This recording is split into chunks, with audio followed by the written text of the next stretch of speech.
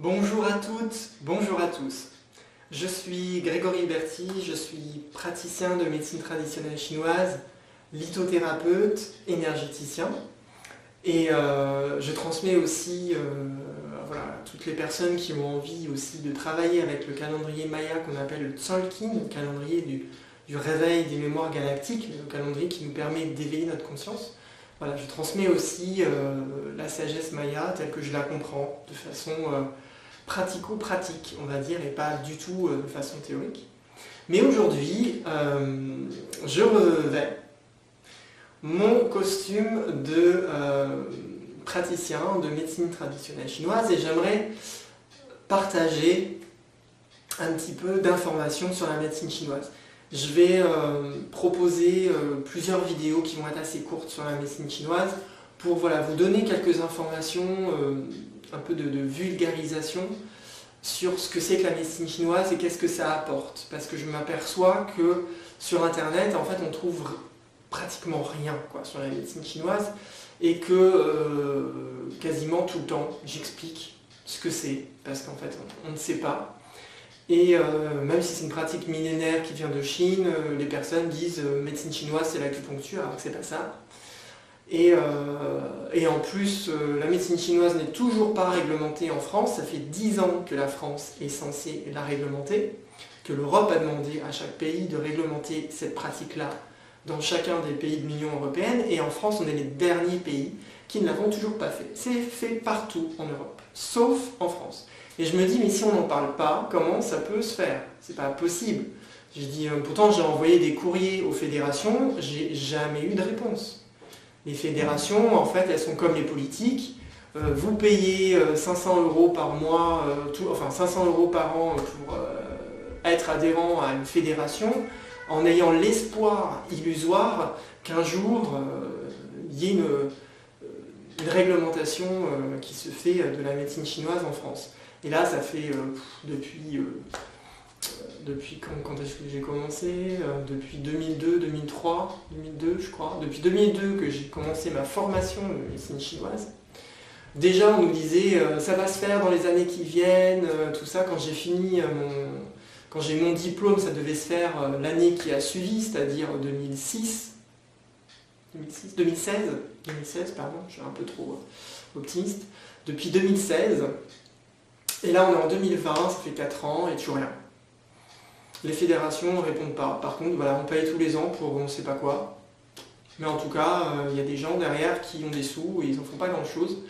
Et ils ne s'impliquent pas particulièrement. Donc moi, j'ai décidé un petit peu de m'impliquer, de montrer, et de voilà, transmettre des informations sur la médecine chinoise, essayer de vulgariser ça. Et peut-être qu'à un moment donné, il y a des personnes qui se diront « oui, bon, ce serait quand même bien qu'on fasse quelque chose en France pour soutenir cette pratique ».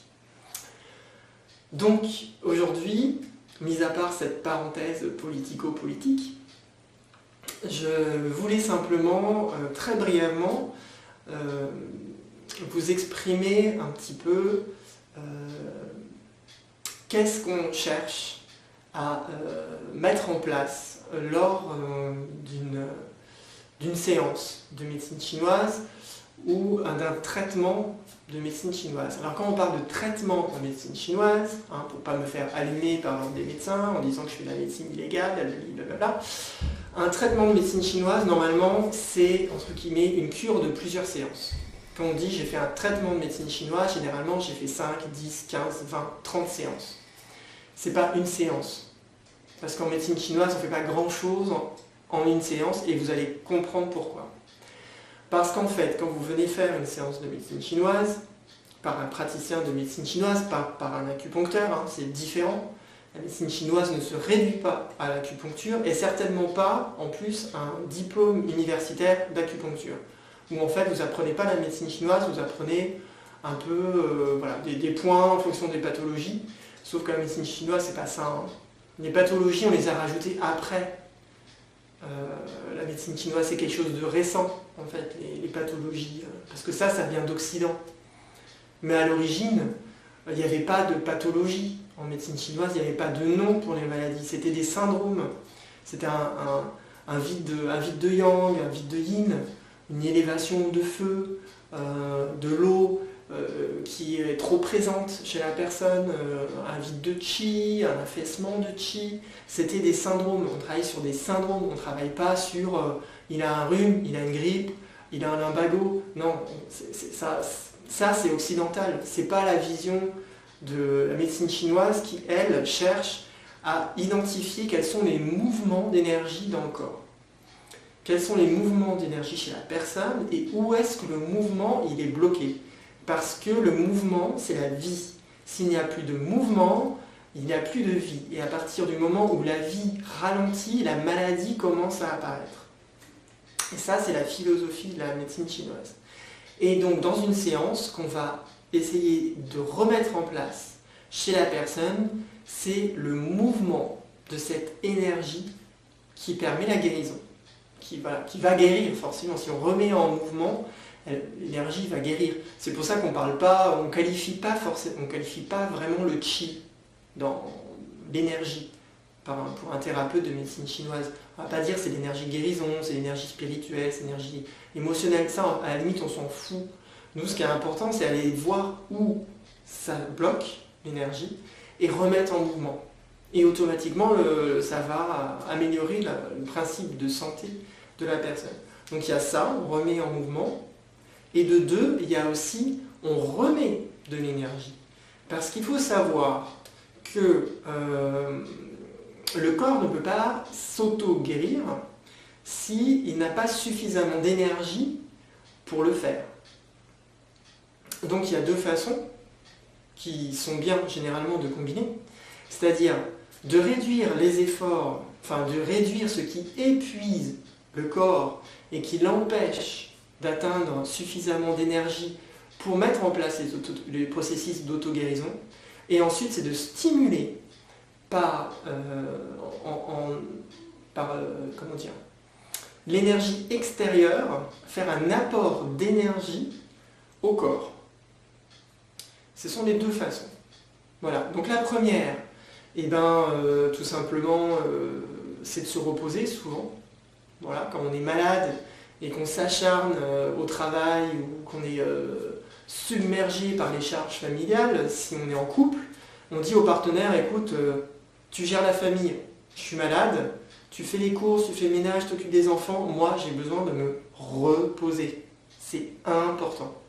Donc ça c'est vous qui pouvez le faire, hein. Ça c'est pas moi, hein. Le thérapeute il ne va pas changer votre vie. Le thérapeute il va juste vous dire, il va juste vous conseiller. Voilà. Ensuite il y a des repas, il y a une diététique chinoise aussi qui aide pour ne pas surcharger l'estomac et lui demander trop d'efforts, et les reins, et ne pas leur demander trop d'efforts pour digérer. Et puis après il y a plein de conseils. Et donc déjà si on réduit la consommation d'énergie du corps, il va avoir plus d'énergie pour se guérir. Et donc la deuxième façon, et c'est pourquoi les personnes viennent notamment en séance et font des traitements, c'est-à-dire plusieurs séances de médecine chinoise, c'est pour récupérer plus d'énergie qui vient du milieu extérieur, en utilisant les méridiens d'acupuncture et les points d'énergie, les points d'acupuncture. Donc sur ces points-là, qui en fait sont des passages plus directs entre le monde extérieur et le monde intérieur du corps, et en mettant par exemple une aiguille, voilà, c'est l'exemple que je donne parce que c'est très parlant, une aiguille c'est comme une antenne. C'est comme une antenne satellite, une antenne radio, une antenne 5G, ça capte l'antenne. Donc en mettant une aiguille sur un point d'acupuncture, c'est comme si vous mettez une antenne. Et du coup cette antenne-là, elle va capter beaucoup plus parce que c'est des aiguilles métalliques, donc elles sont transmettrices d'énergie. Elles captent l'énergie environnante et va l'intégrer dans le corps, à l'intérieur du corps. Ça va passer les barrières de protection qu'on appelle le wei qi du corps, qui nous empêche d'être tout le temps malade ou d'être envahi par les énergies des autres. Donc avec l'aiguille, on va traverser cette couche-là et aller directement dans le corps et nourrir directement à l'intérieur les organes et les entrailles. Par l'aiguille, mais il n'y a pas que l'aiguille. On peut utiliser la moxibustion, en utilisant de l'armoise qu'on fait chauffer. On va venir intégrer une énergie qui est plutôt chaude, teintée de la vibration de l'armoise, qui, si vous regardez sur Internet, a des milliards de propriétés thérapeutiques. Donc c'est intéressant, je dis milliards, je caricature. mais elle a beaucoup de propriétés thérapeutiques. Et donc avec l'armoise, vous allez pouvoir aussi intégrer une énergie à l'intérieur du corps. Il y a le massage, c'est-à-dire que le thérapeute lui-même est une antenne et lui-même est chargé d'énergie, et par le massage, il vous transmet une énergie soit personnelle, soit une énergie qui passe à travers lui.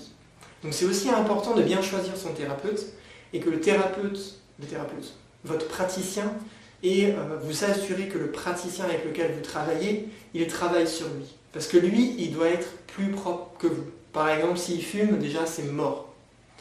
Enfin, moi j'estime que moi c'est même pas la peine. Moi de toute façon, si je vais faire une séance avec qui que ce soit, moi la personne elle fume, elle boit, elle n'a pas une hygiène de vie qui est impeccable, moi je n'y vais même pas, quoi, parce que qu'est-ce qu'elle va me transmettre cette personne?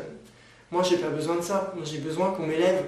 Donc il faut une personne qui est plus élevée que moi. Si la personne n'est pas suffisamment plus élevée que moi en vibration ou en conscience, comment elle peut m'aider? C'est pas possible. Donc, choisissez bien votre praticien. Voilà. Hein, c'est comme le médecin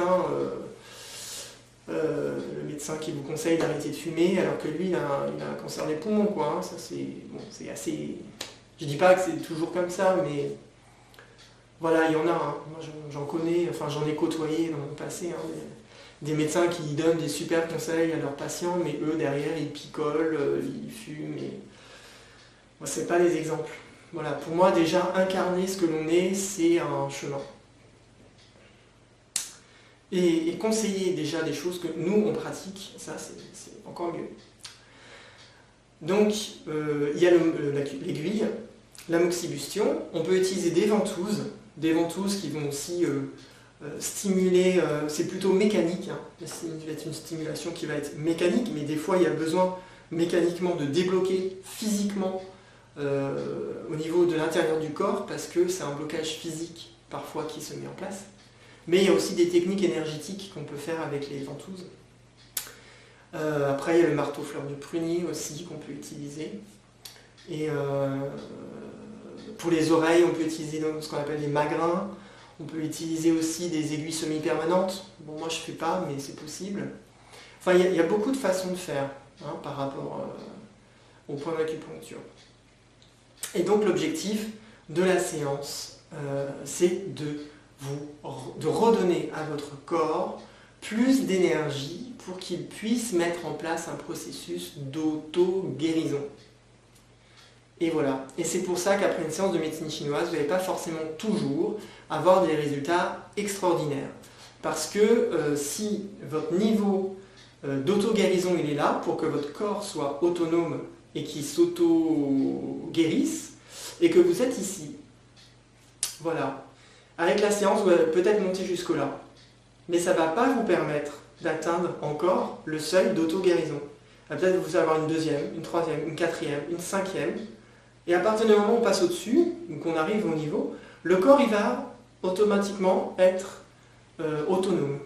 Et nous, c'est ce qu'on cherche à faire en tant que praticien de médecine chinoise, c'est à rendre le corps de la personne à redevenir autonome dans sa gestion de la maladie. Et c'est pour ça que parfois c'est long. Moi j'ai eu des personnes, j'ai eu des suivis pendant un an et demi sur des pathologies très lourdes, mais pour lesquelles on a des résultats qui sont progressifs, qui vont dans le bon sens, mais qui mettent du temps, mais qui sont possibles. Et pour ces personnes-là, vraiment, la médecine chinoise, ça a été une révélation parce que ça faisait des années où leur état était stationnaire. Bon, déjà, ça n'empirait pas, mais déjà, c'était stationnaire. On leur disait, ce sera comme ça toute votre vie. Les personnes, elles ont eu la témérité de se dire, non, moi j'ai envie quand même de pouvoir utiliser ma main, j'ai envie de faire quelque chose. Elles ont cru à la médecine chinoise, elles ont compris comment que ça fonctionnait, elles ont été téméraires dans les séances, et au fur et à mesure, on a remonté. Et quand ils faisaient leur bilan avec les experts médicaux, je crois que pour ma cliente, là, l'expert, il n'a même pas vraiment cherché à comprendre, quoi. Ça faisait des années qu'elle était en état stationnaire, et là, bizarrement, il y avait eu beaucoup d'évolutions. Et il a dit ah ben c'est très bien, c'est que vos séances de kiné commencent à être efficaces. Alors que c'était pas de la kiné quoi, ça faisait des années qu'elle faisait de la kiné presque tous les jours. Et il n'y avait pas d'évolution quoi. Et avec la médecine chinoise, on a pu faire évoluer la situation. Avec la kiné, évidemment, il ne faut pas lâcher. Mais voilà, en façon complémentaire, c'est génial. Bon, c'est des cas extrêmes. Hein. Il y a des personnes avec voilà, des migraines en 2-3 séances, on n'en parle plus. Pour d'autres cas de migraine, eh ben, c'est beaucoup plus long. Pour des douleurs, des fois une séance, ça suffit.